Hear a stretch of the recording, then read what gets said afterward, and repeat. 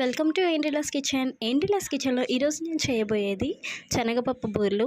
మరి శనగపప్పు బూర్లు ఎలా చేయాలో ఏంటో ఒకసారి చూసేయండి. ఫస్ట్ అయితే నేను 2 గ్లాసులు బియ్యం వేసుకుంటున్నాను. తర్వాత 1 గ్లాస్ మినపప్పు వేసుకుంటున్నాను. ఈ 2 కలిపి నేను నానబెడతాను. తర్వాత 1 గ్లాస్ శనగపప్పు వేసుకోండి. శనగపప్పు వేసుకుని వాటర్ వేసుకుని ఒక 5 అవర్స్ నానబెట్టుకోండి. తర్వాత శనగపప్పు నానిన తర్వాత కుక్కర్లో వేసుకుని ఇలా మెత్తగా ఉడకపెట్టుకోండి శనగపప్పుని.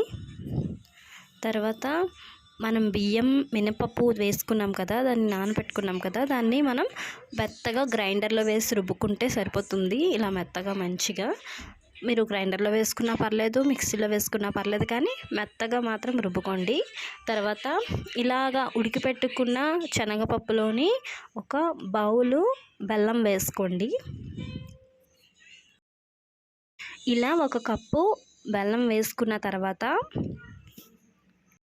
బెల్లముని శనగపప్పు 2 మెత్తగా పేస్ట్ లాగా అయ్యేటట్టు మనం దాన్ని పప్పు గుత్తితో కానీ మిక్సీలో కానీ వేసుకున్నా పర్లేదు, మెత్తగా పేస్ట్లో చేసుకోవాలి. తర్వాత మినప్పప్పు ఉంది కదా, అందులోని 1 స్పూన్ ఉప్పు వేసుకోండి.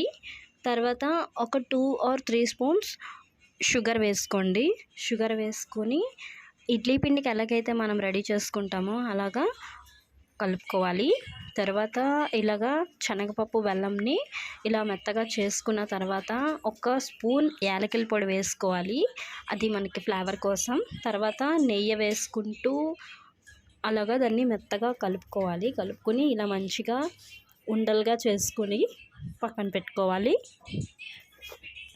ఇలాగా చిన్న నిమ్మకాయ సైజ్ అంత ఉండలుగా మనం చేసుకుని పక్కన పెట్టుకోవాలి.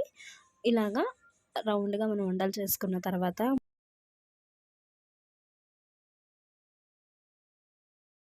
ఫస్ట్ అయితే కళాయి పెట్టేసుకుని డీప్ ఫ్రై చేసుకునే విధంగా ఆయిల్ వేసుకోవాలి. ఆయిల్ వేసుకుని ఫస్ట్ అయితే ఫైర్ పెట్టి ఆయిల్ని బాగా మరగనివ్వాలి. ఎందుకంటే వేడి మీద వేస్తేనే ఫస్ట్ బాగా వస్తాయి బూర్లు. తర్వాత మనం ఉండలుగా చేసుకుని పెట్టుకున్నాం కదా శనగపప్పు ముద్ద, దాన్ని 1 స్పూన్ అయితే తీసేసుకుని ఆ ఉండని అందులో వేసి బాగా రౌండ్గా ఆ ఉండంతా పిండితో కవర్ అయ్యేటట్టు బాగా కవర్ చేసి ఆ వేడివేడిగా ఉన్న ఆయిల్లో వేసేసేయాలి. వేసేసిన తర్వాత మంట మాత్రం నార్మల్గా చేసేసుకోవాలి. మీడియంలో కానీ సిమ్లో కానీ మనం పెట్టేసుకోవాలి. ఎందుకంటే హైలో పెట్టేస్తే మాడిపోతాయి. నెక్స్ట్ ఏంటంటే అవి లోపల ఉడకదు. అందుకని ఫస్ట్ మీరు వేసేసిన వెంటనే హైలో పెట్టిన తర్వాత మళ్ళీ వెంటనే మీడియంలో పెట్టేసుకోండి. దించేటప్పుడు మాత్రం ఫైర్ పెట్టే హైలో పెట్టే మనం తీయాలి, లేకపోతే ఆయిల్ లాగేస్తుంది. సో ఇలాగా వేసిన తర్వాత నీట్గా రౌండ్గా వేసుకుని మనం ఒక మంచి ప్లేట్లోకి సర్వ్ చేసుకోవాలి.